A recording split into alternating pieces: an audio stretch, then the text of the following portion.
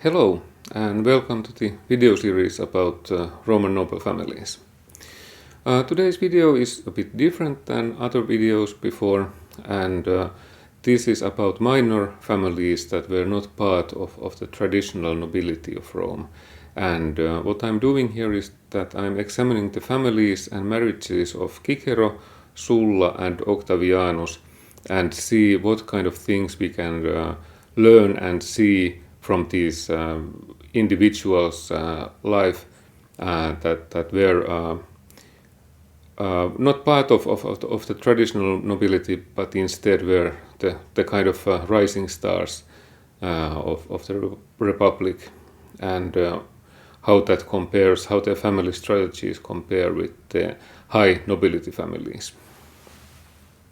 So the agenda today is three cases. The first case is 2 men from Arpinum, the second case is 5 marriages of dictator Sulla, and the last case is 2 marriages of Octavianus. Let's begin.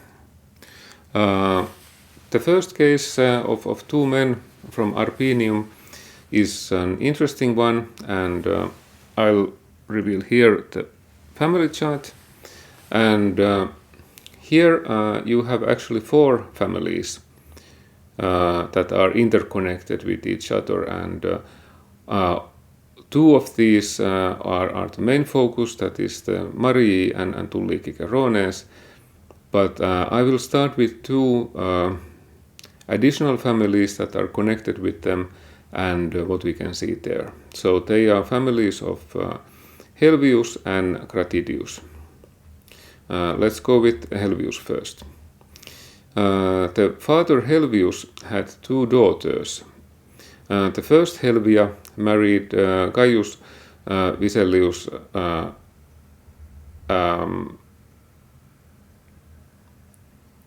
Aculeio, and this marriage is interesting because their son reached the curule edileship in Rome in his career. The second daughter, Helvia, married Marcus Tullius Cicero, that is the father of the famous Cicero, and obviously their son reached the consulship in Rome. And this is, I think, interesting family, this Helvius and their 2 daughters, because both of the daughters were married into individual that was lower standing in their career, but both sons of these daughters actually reached a meaningful place in the Roman official public career. So it was clearly a case of families joining together and finding success in the politics of Rome later on. And how much this can be attributed to these marriages of this success in public career is of course something that we don't actually know. But I think it's an interesting notion here that Helvius, Father Helvius, made very good family planning here and managed to elevate the position of his daughters in society in quite remarkable way. So it's a very good example of this kind of family planning and family strategy that we have already seen with high nobility families. And the fact that this kind of smaller, insignificant family is capable of doing the same goes on to prove how much and how deeply ingrained in the Roman culture this kind of marriage between families and social climbing had to do with each other. The other minor family here, Gratidius, is a family that we know pretty much nothing about, and there is a father who supposedly was Gratidius as well, as his daughter was Gratidia and his son was Gratidius. And this son Gratidius married with Maria, who was the daughter of Gaius Marius and Fulgina. And obviously this Maria was the sister of the very famous Gaius Marius. And the son of Gratidius and Maria was eventually even adopted by this famous Gaius Marius and was to be known as Marcus Marius Gratidianus. Then the daughter of the family Gratidia married with Marcus Tullius Cicero, who was actually the grandfather of the famous Cicero. So what we can see here is very similar kind of family planning and family rise in importance that the family Helvius as well had as well. And this is, I think, very interesting comparison between this Helvius and Gratidius, because they both enhanced their social positions through marriage with more successful families, or actually families that were to be more successful. And we can ask that what is the real meaning here and real importance here in these marriages enabling that kind of social climb for the ancestors or the children of these families. And then if we turn our focus into family of Marius, obviously the first thing you will note here is that we actually have 10 members of this family whom we cannot place into any kind of relation to each other to form any kind of full family tree. Actually, we know only about 5 individuals of the family that we can place into family tree, and that is the Gaius Marius, the father, then Maria and Gaius Marius, the 7 times consul, and then we have the offspring of this Gaius Marius, meaning his biological son Gaius Marius, who reached consulship in 82, and then praetor of 82 and 85 as well, Marcus Marius Gratidianus. So this is very much a family that shows how rural and insignificant it is, because we cannot even place the relatives there. And Marius' family clearly had a vision of placing as many family members as possible into official careers. As you can see, these 10 Marii whom we don't know their relationships about, family relationships about, reached their official positions only after Gaius Marius had first made inroads into the high society of Rome by being consul at 107. The all other family members reached their official careers only after that. And I think that is a pretty good signifier here to tell that it was Gaius Marius who handled the rise of the family members in official career as well. And there we can find quaestores and praetores from different year. And I think the number of these Marii show that there was several family lines in the Marii family, 2 or 3 maybe, and that were somehow related to Gaius Marius himself, but the exact nature of these relations is something that we don't know. And Gaius Marius himself is of course a good example of how important role marriage played in the lives, because he married with patrician Julia Caesare's family. And also very interesting to note here are the 2 marriages of his son, Gaius Marius Younger, the consul of 82. He was married with Licinia, and this Licinia was the daughter of Licinius Crassus and Mucia. And his second marriage was with Mucia, who was daughter of Mucius Scaevola and Licinia. And I think you see here the very Roman kind of marriage arrangement that kept these 2 families, Licinius Crassus and Mucius Scaevola, very close to the Marii through these 2 marriages. And even in this kind of a funny mirror kind of way, where the Licinia and Mucia kind of switched places with each other.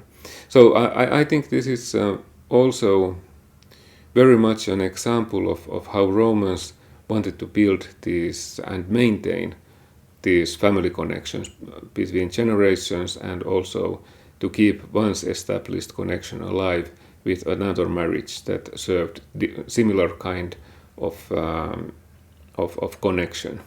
And even more interesting here is that these Lucius Licinius Crassus Orator and Quintus Mucius Scaevola, they were both consuls of 95, and their daughters ended up marrying the same man. So I think this is very much beyond any kind of chance of being of coincidence. This was planned, this was carefully orchestrated, and it was carefully maintained for some purpose in this sense.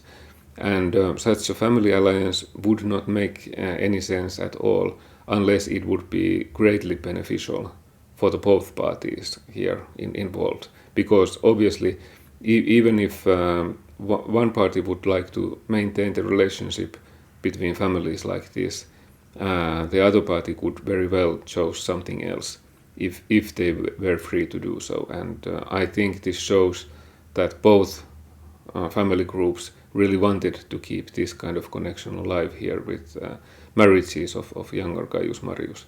And this is a very interesting example also of how lowborn Marii from Arpinum outside Rome rose into the central position in Rome, and also made connections with two of very much the high nobility family of Rome, and maintained those connections in very Roman kind of way. So I think these are all very strong indicators of how deeply ingrained part of the Roman culture these kind of marriage arrangements between families were, and also what is the significance for the individuals involved here, because obviously they also could have chosen to do something else than follow the family traditions and follow the cultural traditions of Rome. Okay, then let's take a look at the Tullii Cicerones, and this is also from the same area of Arpinum as the family of Marius. And we know quite little number of Tullii Cicerones overall from history, so that was a very small family, or at least they didn't try to advance the careers of other possible family members with such enthusiasm as Gaius Marius tried to enhance his relatives. There is three generations of Marcus Tullius Cicero, whom the third generation is obviously the famous consul one. And his marriage with Terentia is of course very instrumental for his career, because Terentia was part of Terentii Varrones family, and that was more affluent and highly placed level family than Tullii Cicerones. And I think it is quite remarkable that Cicero managed to have this kind of marriage for himself, and probably it required some kind of leverage, because Cicero didn't have money, and he didn't have a consular status family name, and all he had was his skills as advocate and as a politician, which of course were important and valuable qualities, but usually not enough in Roman sense of making such a high-placed marriage between families. Terentia and her family pretty much financed the political career of Cicero, and also brought in some other invaluable connections with society. For example, Terentii Varrones were close to the Licini Luculli family, and obviously Cicero and Lucullus were friends later on into life. So this is the kind of circle that Terentia brought with her to the life of Cicero, where Cicero himself was probably unlikely to have reached by himself without any outside help. What's interesting here is the role of Gratidius family uniting both of these families together, as Cicero's grandmother was Gratidia, and Marius' sister had married this brother of this Gratidia. So there was indirect link between these families' bloodlines, and what we can see here in the Marius side of the family trees was this deep connection with Muci Scevole and Licini Crassi. And Cicero was trained by these families. He was trained at the home of this orator of 95, Licinius Crassus, and also with Muci Scevole, who taught him law. So, and Cicero was about the same age as younger Gaius Marius was. So there are lots of these kind of uniting factors here, and it's easy to imagine that with the connections and wealth of Gaius Marius, he could provide his son with this kind of high education by one of the most famous Romans, Licinius Crassus Orator, and also to take Cicero there as well from the countryside connections of his family. And this is pretty much, I think, the way how the Roman system worked between families and individuals. That family connections were really everything that individual needed in life to have a fair chance of success. And it has to be noted that both Cicero and Marius were homini novi, because neither of them had any consuls in their family history before. And they both came from the same area of Arpinum and rose into fame about the same time. So clearly there was something in Arpinium and these families that made it possible for them to rise there into politics in Rome. Was it that peaceful times there in Arpinum had produced enough wealth for the previous generations to enable this kind of political career? Was it the connections maybe with some important families in the capital, or how it was done? We don't know for sure. But in any case, when we examine these families and how they built their family strategy and built their position in the society, we can see how the Roman system really worked. And that's why I think this is important evidence here, because it wasn't just a privilege of those high nobility families to live in certain kind of bubble of themselves, but also these lower provincial families following the same kind of rules and same kind of culture shows how deep part of the Roman culture and system these family unions and family relationships were, and their importance in careers and lives of these individuals. And we can also observe here some differences in family culture. As mentioned, Gaius Marius brought probably all of his relatives that he could into politics and into public career, whereas Cicero probably advanced only the career of his brother, who became praetor 1 year after Cicero's consulship, which is probably pretty much not a coincidence. And we can also consider the marriages here. Cicero himself and Gaius Marius both married upwards in the society, and Cicero also was very eager to arrange highly placed marriage for his daughter Tullia, and try to get her to marry with patrician family and consular level families in Rome.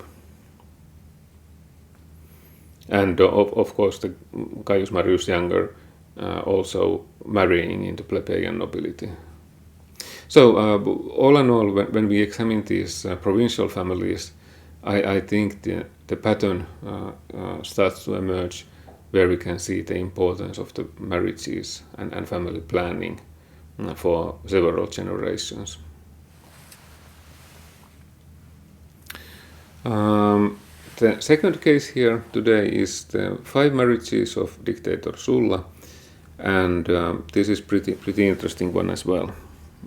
Here is the family chart of the Cornelius Sulla, and as we can see, there are quite a lot of different individuals and family lines involved here.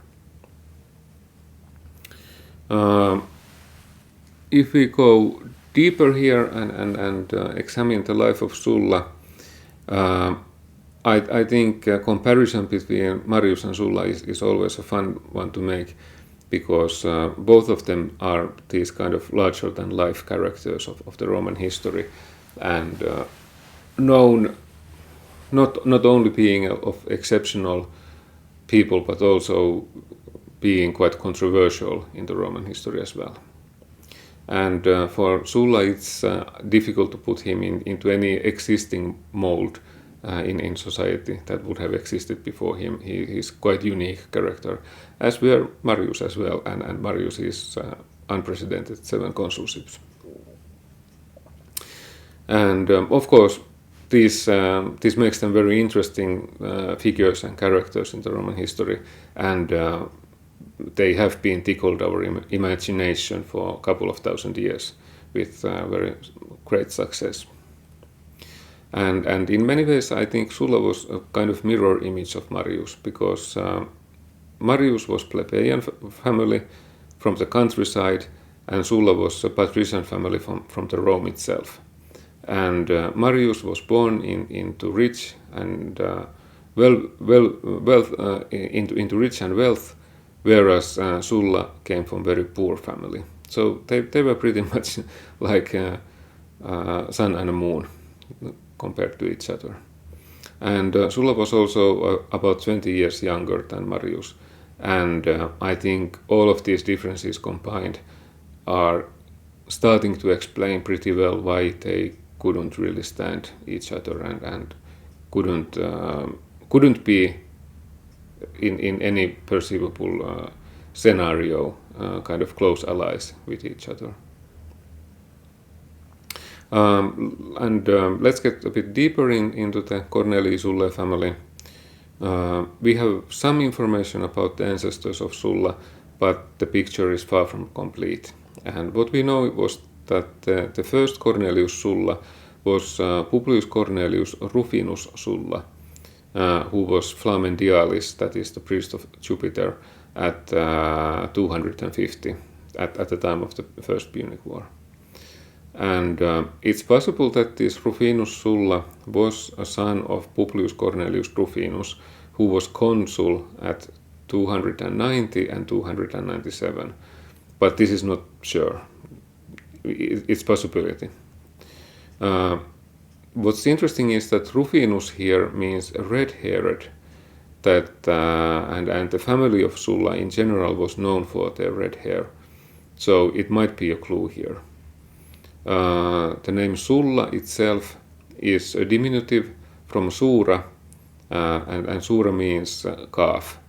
And as a nickname, it is kind of the calf, meaning that the calves of this individual were somehow muscular or notable in some way. And this is a good example of a physical nickname that Romans like to give. We don't know for sure if the family line of dictator Sulla runs directly from this mentioned Rufinus Sulla, but what we do know for sure that the Sulla was the first consul of his family line. So this is the similarity between him and Marius in that sense. In the known family line, there were 2 praetores before him at 212 and 186. So the family had been already was established into Roman politics and public life.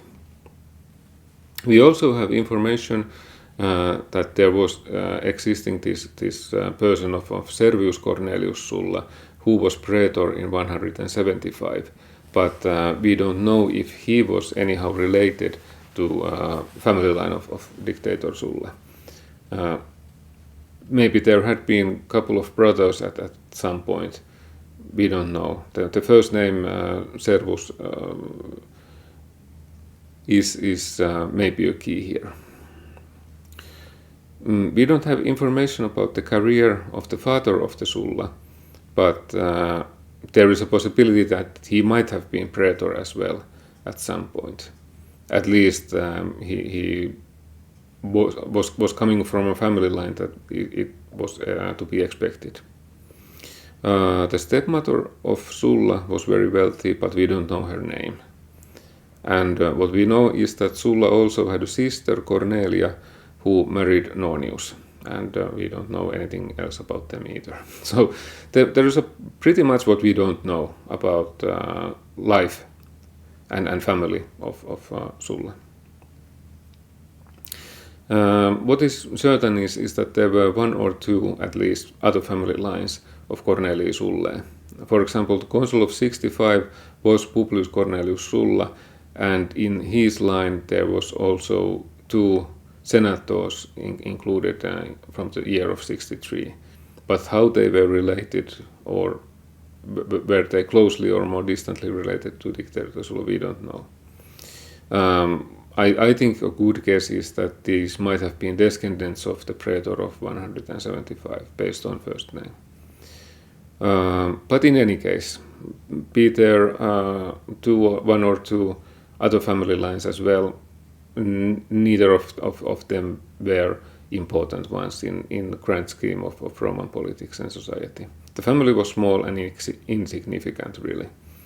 And I think this is something that is quite often forgotten when we talk about Sulla and his life. The family of Sulla was impoverished already at the time of his birth. Something had happened that had taken the family wealth out. And this meant that Sulla didn't have any realistic chances for building a public career in politics, because that required money and connections, and he didn't have them. So what Sulla did was that he spent his youth years amongst musicians, actors and dancers. And he also appeared on stage himself and wrote some comedies. And I think it's interesting that these kind of performing artists formed closest of his friend circle throughout his lifetime, right up until his death. And his lifestyle was bohemian, to say the least, and which is of course very much in accordance with these kind of circles that where actors and dancers and musicians lived. They were notoriously bohemian in lifestyle in Rome. But despite of this poverty and lack of official career, Sulla still had excellent education. And he was known as being intelligent and also widely read person. So he had read a lot, which is of course, I think, to be expected from a person who is involved with the theatrical world. You had to read the plays. And also he spoke Greek fluently, which of course goes without saying is also related here. It is probable that his education was made possible by his stepmother, because that in any case would have been cheaper than the political career. Now if we take a closer look into these 5 marriages of Cornelius Sulla, I have highlighted them here for the easier reference. First wife of Sulla was Julia, and I think this is also an interesting link between Marius and Sulla, because they both were married to Julia. And these Juliae had a common great-grandfather, so they were not that closely related, but they were related. They belonged into different sub-branches of the family. Julia of Marius belonged into the secondary, lesser branch of the family, and Julia of Sulla belonged to the main branch of the family, that was the branch of the consul of 157, Sextus Julius Caesar. And the mother of Julia was Popilia, and most probably she was from the family of Popilii Lenates. And this would also make Julia relative of Lutatii Catuli, which is interesting connection later on. Sulla and Julia had one son, Lucius Cornelius Sulla, but Julia died quite early at 104, and at the time of her death Sulla himself was 34 years old, so there was plenty of time for him for getting remarried later on.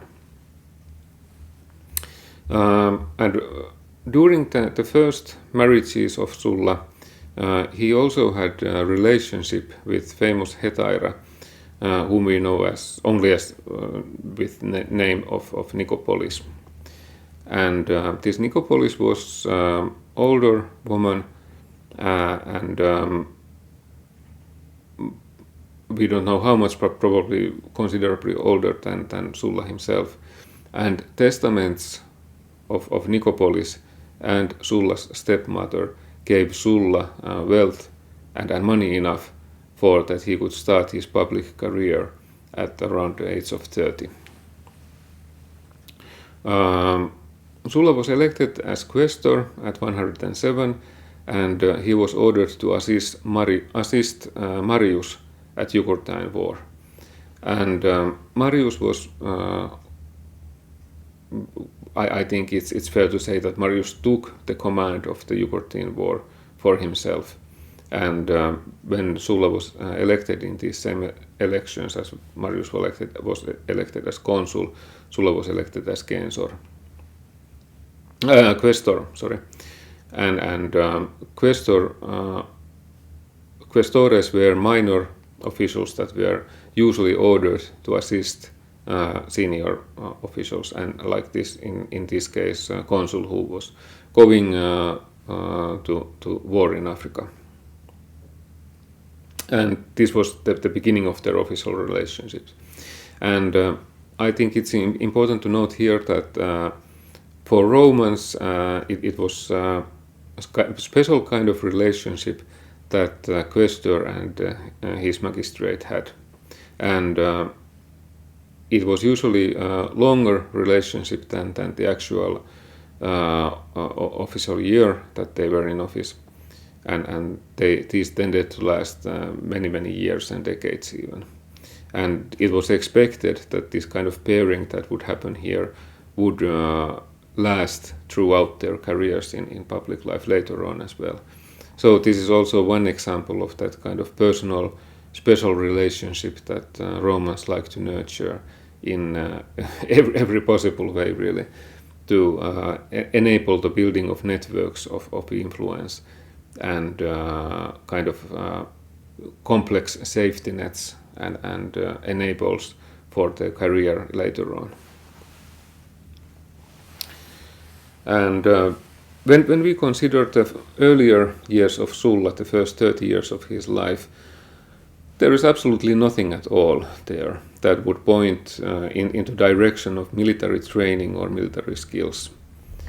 And therefore, I think it's very remarkable that experienced military man like Marius, who was a professional soldier really, gave Sulla, who was inexperienced in the politics, inexperienced in war, the task of recruiting and training of cavalry unit in Italy, while Marius himself was already at Africa, and then joined Marius in the war in Africa. And I think this is a bit of mind-boggling question, that why Marius decided to trust this kind of mission for Sulla. Now, Marius very well could have left there someone more experienced, someone who had already wide military experience and understanding of military, and took Sulla with himself as a kind of aide or lieutenant in the officer corps into Africa with him. but instead he decided to give this kind of independent task for Sulla right early on in the beginning. And I think one of the explanations here might be the family connection through Julii Caesares. As mentioned, they were both married with Julia. And maybe this family had spotted the talent in Sulla and managed to convince Marius, or maybe there was some kind of deal between them and Sulla to have him this kind of chance to show his skills here. We don't know, but that's certainly one possibility how their marriages might have affected their official careers in politics and military quite a lot. And what happened was, of course, that Sulla proved to be an excellent judge of character and very skilled in forming the team spirit amongst the men and officers alike. So he managed to train this cavalry unit very well, and also Sulla was known for his skills to bond with ordinary soldiers and also to build excellent relations with officers as well. So he trained a very good unit there without any military experience. And as a soldier, Sulla had also good qualities. He wasn't afraid to take initiative, and also he was courageous in battle as well. He personally was courageous, and he was a good tactician. And these are kind of very valuable military traits that, well, obviously one can learn, of course, but it usually takes quite a lot of training and experience before one can develop these kind of talents. So I think there was some kind of natural military talent there as well, a lot of it. And Sulla was also at his element in diplomatic negotiations. He actually was better in diplomacy than Marius himself, who already had experience in it. And of course, when we think about Sulla's background as an actor, then of course the people skills must have partly come from there, because if you want to be a good actor, you need to have this ability to read people and also to read their reactions from the audience and make your own presence to reflect these reactions. But anyway, I think that doesn't take anything away from the fact that the acting skills alone won't make a good military commander. Actors don't win battles, soldiers do win them.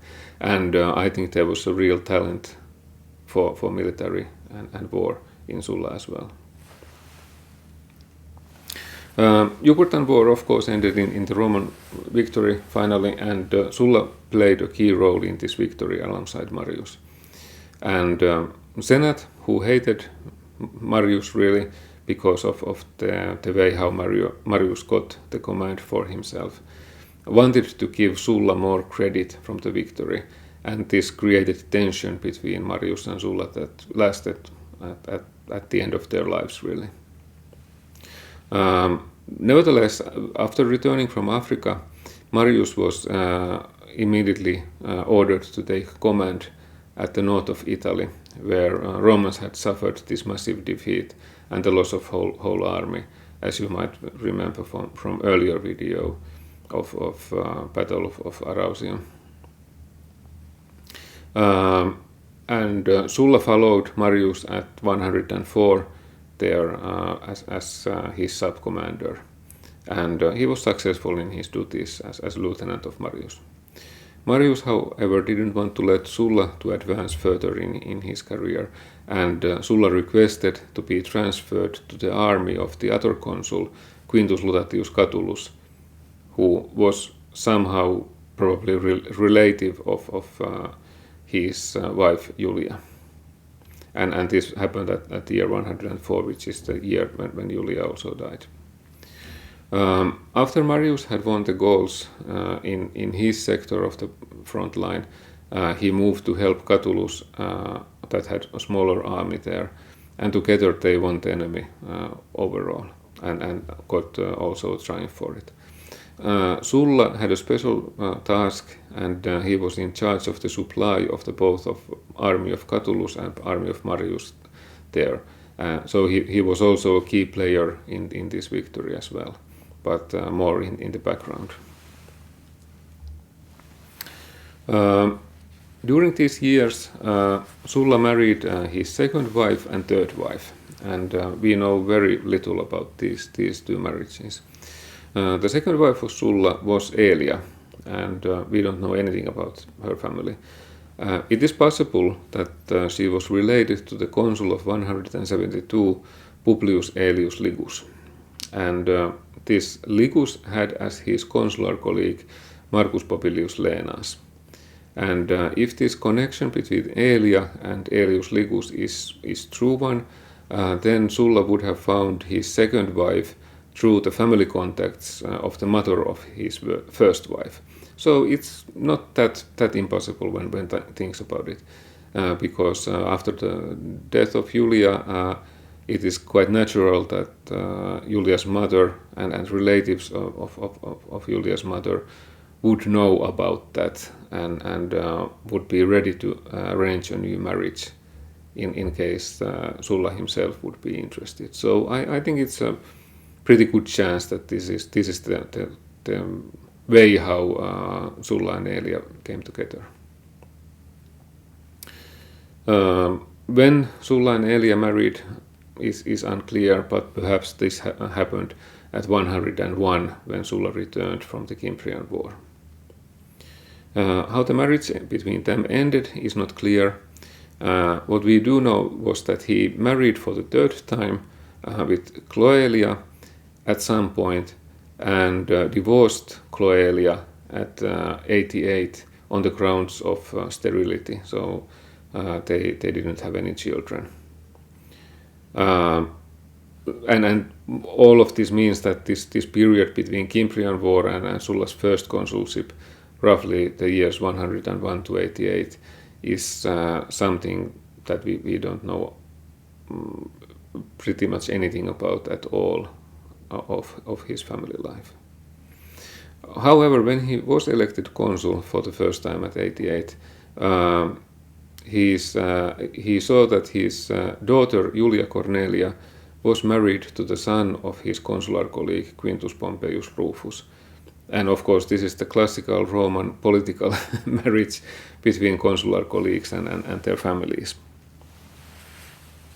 The consular year itself was busy for the family life of Sulla in other ways as well, because Sulla married his fourth wife, Caecilia Metellaten, and this was interesting marriage.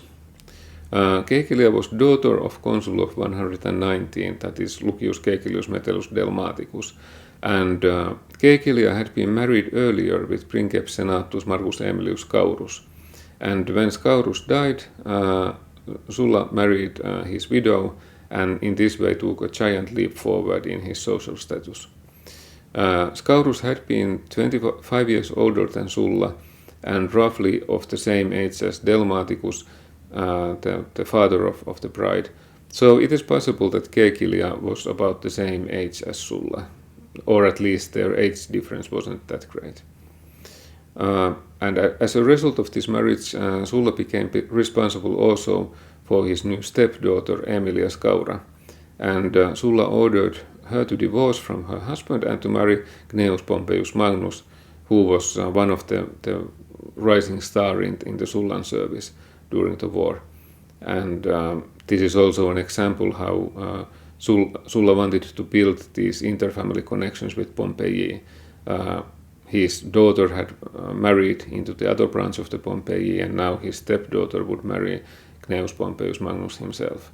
So it is very clear intention here that Sulla had of building relationships with Pompeii.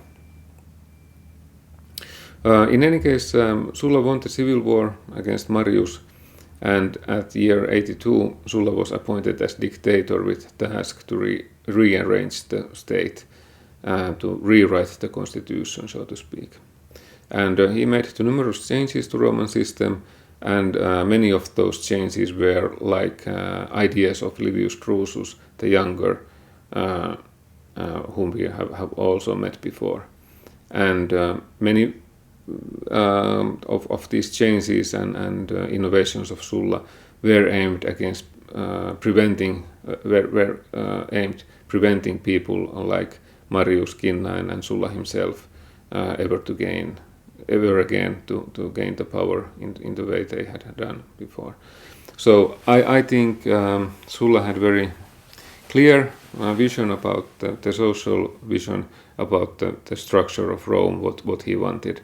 And also during these years he had very clear vision about the family he wanted to build and the family strategy he wanted to have for his own family.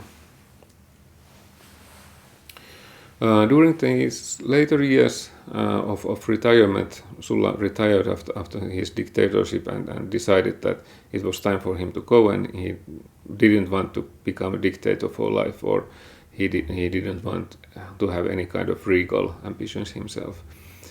So he retired. And during these times of this retirement, Caecilia got ill, and Sulla was an augur priest. And that meant that he wasn't allowed to be near her. He wasn't allowed to be living in the same place where the sick people lived, in order not to be infected by this kind of curse from the gods as illnesses were seen. And to be on the safe side, Sulla actually divorced her, and soon after which Caecilia died into this illness. And this is also an interesting glimpse into Roman religious mentality as well. And then Sulla met his final and fifth wife, Valeria. And this is a pretty interesting story, because Valeria had decided to grab this recently widowed dictator for herself.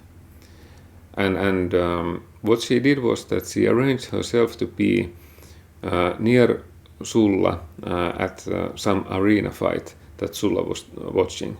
And during when Sulla was watching these fights in the arena,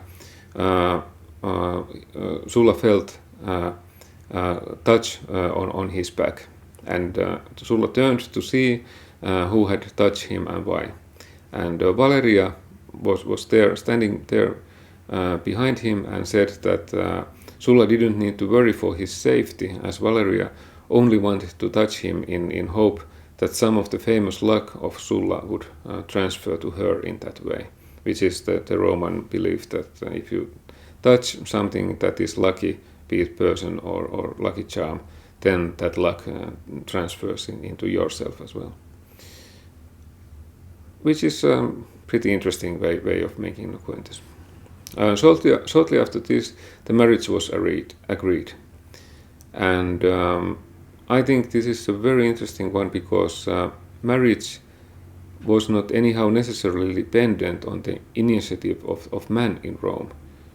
A woman could also make an initiative like that.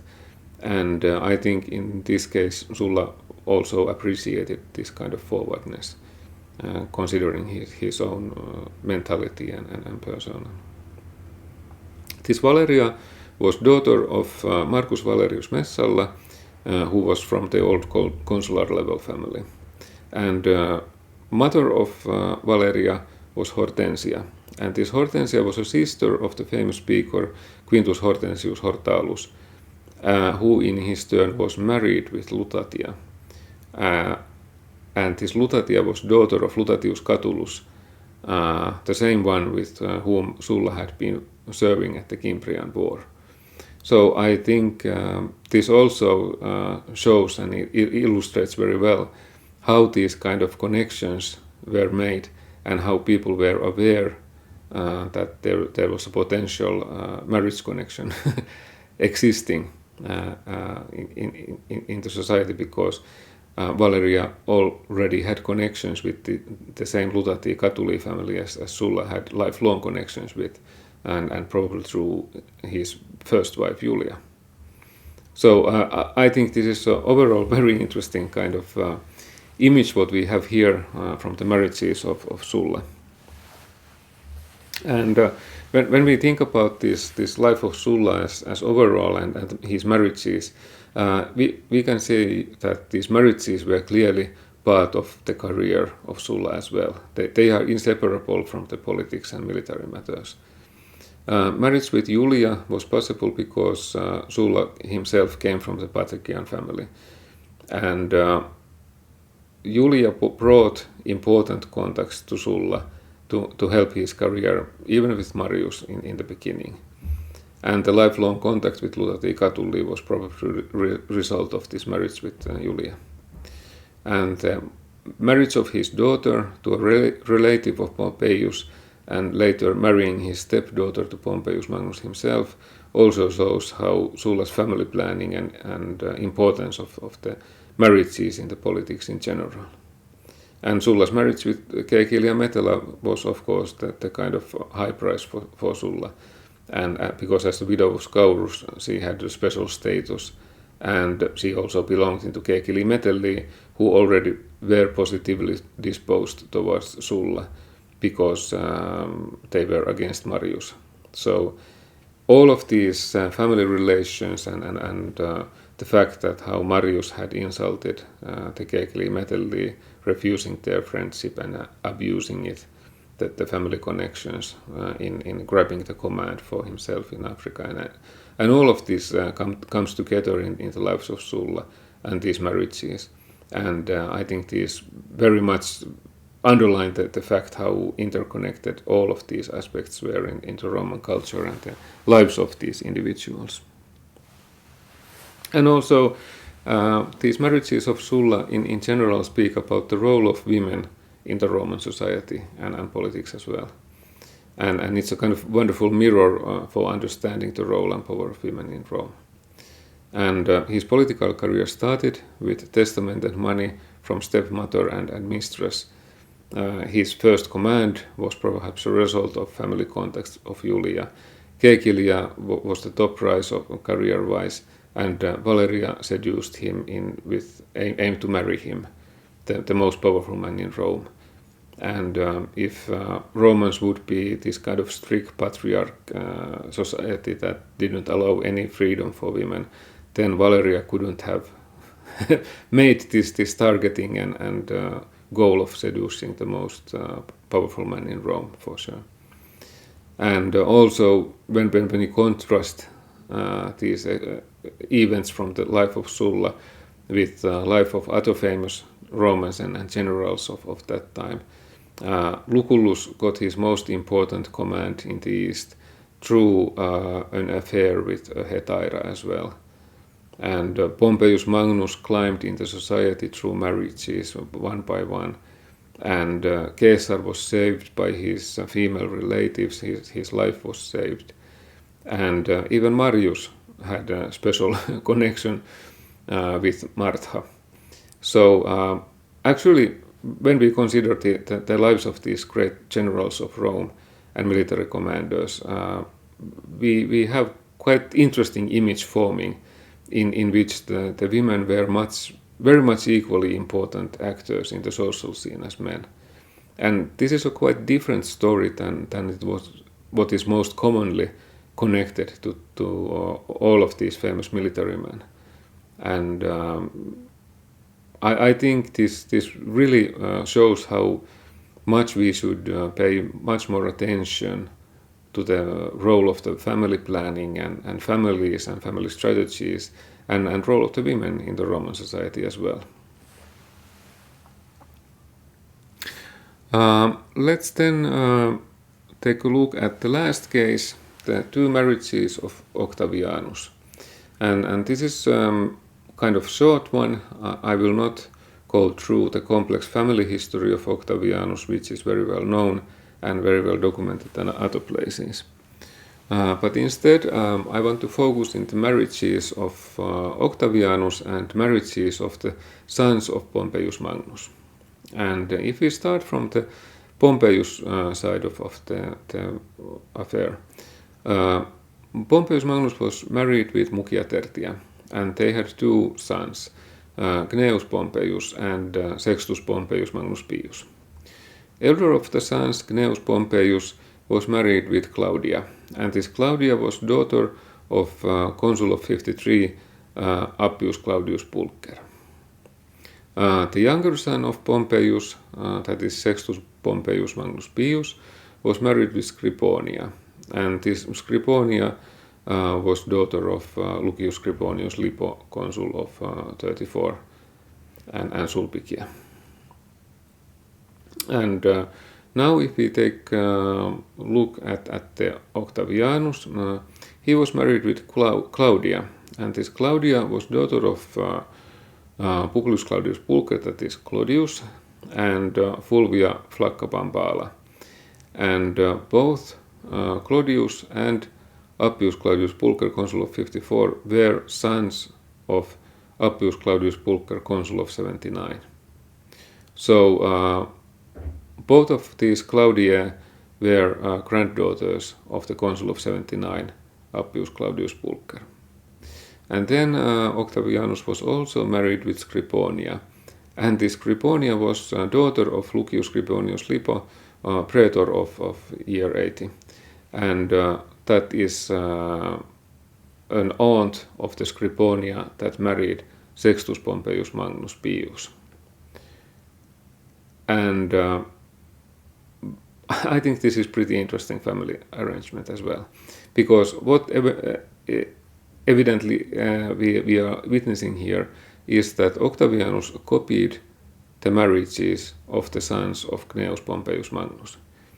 And was this made as a conscious emulation of these important descendants of Pompeius Magnus, or was there more cynical and calculating reasoning behind these marriages going into the very same families as the sons of Gnaeus Pompeius Magnus? That is, I think, a question that should be asked and analyzed further. And what kind of benefit there would be for Octavianus to choose the members of these same families?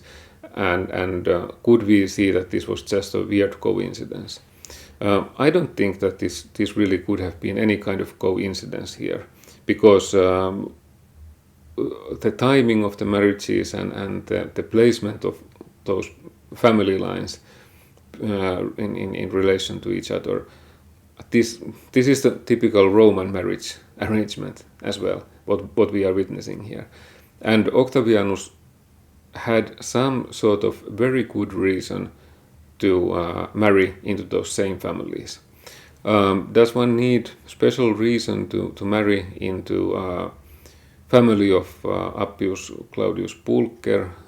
Not necessarily, because Claudii Pulchri were so important and dominant family by themselves that they clearly would be good match and desired match for just about any family in Rome. But this is not true with Scriboni Lipones at all. They were not old and prestigious and family of high nobility. So I think what we are seeing here is not coincidence. It's not just happening to that Octavianus chose the wives from the same families as the Gnaeus Pompeius Magnus selected for his sons, or that the sons of the Gnaeus Pompeius Magnus selected. So I think this is very much example how Octavianus wanted to gather this kind of republican glory and republican nobility glory for himself, and be part of that same group and make himself similar to those of the ruling noble families. So this is a very interesting, I think, evidence also for the fact that marriages were pretty much the way how Romans built the place of their family in the society and the family status, and how the families were part of the identity of these people and public persona even.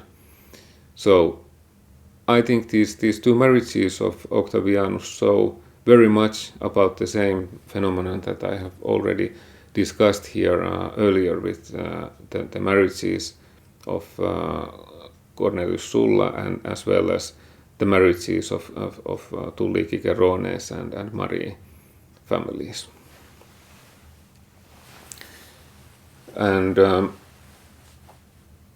I think that the central position and central importance of marriage connections between families is very much shown here, and how it's kind of all intruding aspect of Roman culture that was not only manifested through these kind of marriages where like Gaius Marius the Younger, who married both Mucia and Licinia in order to keep the connections between those families alive, but also Octavianus emulating the sons of Gnaeus Pompeius Magnus and their marriages and marriage connections, and thus gathering the position, building the position for himself and his family in society that was like the position of sons of Gnaeus Pompeius Magnus. It's a very interesting way to hijack family reputation, I think. That was all about these families, and I think this is a very interesting collection of families that we have gone through here today, because they were not part of the higher elite of the Roman society.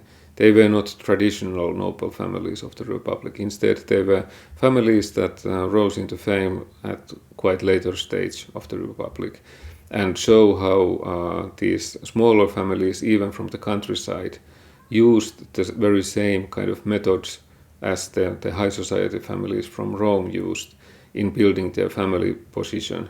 And I think this also further gives a testimony on how important and centrally important case of these marriages and family strategies were, because they were not only followed inside a small bubble of the highest elite of Rome, but also in the elite of the countryside, of the country nobility, and how they were ready to use the same kind of methods that the high nobility in Rome used.